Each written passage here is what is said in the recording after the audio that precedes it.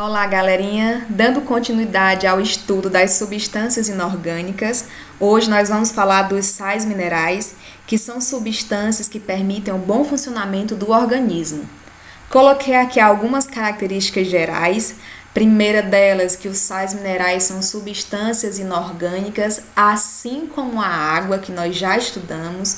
Então, essas substâncias são aquelas que não apresentam carbono em sua composição. Eles são formados por íons, são necessários em pequenas doses diárias, são chamados de substâncias reguladoras, podem ser encontrados em 3 meios, podem ser dissolvidos na sua forma iônica, é o que acontece na maioria das vezes, podem ser encontrados como cristais ou junto às substâncias orgânicas como cofator. Os sais minerais, eles podem ser classificados em 2 tipos, em micronutrientes ou em macronutrientes. Eles são micronutrientes quando são necessários ao organismo em quantidade inferior a 20 mg por dia. Principais representantes, eu tenho o flúor, o iodo, o ferro e zinco. Quanto aos macronutrientes, são necessários ao organismo em quantidade acima de 100 mg por dia. Principais representantes: cálcio, fósforo, enxofre, potássio, cloro e também o magnésio. Nessa tabela nós vamos encontrar os principais sais minerais. Esses que estão em vermelho são os macronutrientes e os que estão em azul são os micro. Então, primeiro nós vamos estudar os macro e só em seguida os micro. Nessa tabela nós vamos encontrar os papéis biológicos, as principais carências e também suas fontes. Então, vamos iniciar com o fosfato. Nós podemos encontrar o fosfato na composição do ATP, na composição da famosa moeda energética. Nós podemos também encontrá-lo na membrana plasmática, também nos nucleotídeos que formam DNA e RNA. Principal carência do fosfato é a fraqueza. E pode ser encontrado em leite, derivados, carnes, peixes e cereais.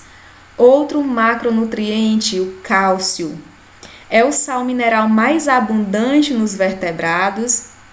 Ele ajuda na formação e manutenção dos ossos e dentes, também na contração muscular, na coagulação sanguínea e também no processo de memorização. Principal carência, perda da rigidez óssea. Podemos encontrar o cálcio em leite e seus derivados, em verduras e também em legumes. Quanto ao próximo macronutriente, nós temos o magnésio. Ele é um importante componente da clorofila, também atua como cofator de muitas enzimas e a sua carência vai prejudicar o crescimento do vegetal. Principais fontes: cereais integrais e folhas verdes. Quanto ao sódio, nosso quarto macronutriente, ele é responsável, na verdade, um dos responsáveis pelo equilíbrio osmótico, pelo equilíbrio hídrico da célula, um dos responsáveis também pela transmissão dos impulsos nervosos. Quando nós estivermos estudando a membrana plasmática, nós vamos ouvir muito falar de bomba de sódio e potássio. Carências: espasmos musculares e perda de apetite, além de causar distúrbio cardíaco. Nós podemos encontrar o sódio no sal de cozinha. Agora vamos estudar esses 3 micronutrientes. O primeiro deles é o flúor, e vai ser encontrado na formação de ossos e também na questão do esmalte do dente. Carências: a falta do flúor vai favorecer a formação de cáries dentárias. Nós podemos encontrar esse flúor em frutos do mar e também na água tratada. Quanto ao iodo, o importante componente de hormônios da tireoide, quanto menos iodo, menos hormônio T3 e T4 vai existir no organismo. Carência do iodo causa o bócio endêmico, que é um crescimento exagerado da glândula da tireoide. Além disso, nós temos o iodo atuando na atividade mitocondrial. E ele vai atuar indiretamente também, galerinha, na questão do metabolismo energético. Esse iodo nós podemos encontrar nos frutos do mar e também no sal.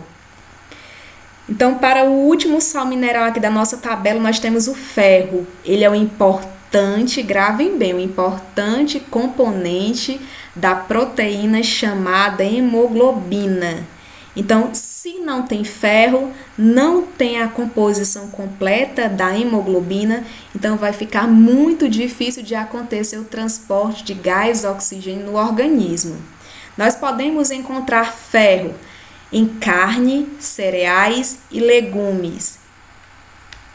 Para completar a nossa tabela, nós temos esses 2 macronutrientes. O potássio, com relação ao potássio, assim como o sódio, também participa do equilíbrio hídrico da célula, também participa do equilíbrio osmótico.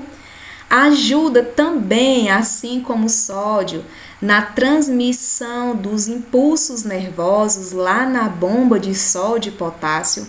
Ajuda também na contração muscular e também no metabolismo energético. A carência de potássio causa fraqueza muscular, arritmia cardíaca e também paralisia. Nós podemos encontrar potássio em carne, leite e em diversas frutas.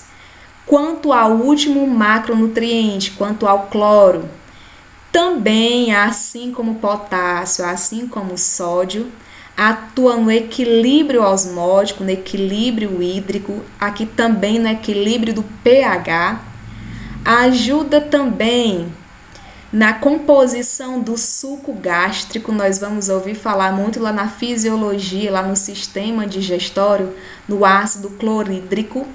A carência do cloro causa cãibras, apatia e perda do apetite. Nós podemos encontrar esse cloro, assim como o sódio, no sal de cozinha.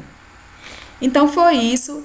Coloquei para vocês os principais sais minerais. Coloquei para vocês também a sua classificação e algumas características em relação a essa substância inorgânica.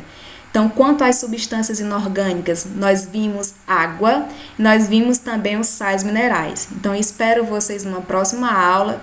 Já vamos iniciar as substâncias orgânicas. Então, até uma próxima oportunidade.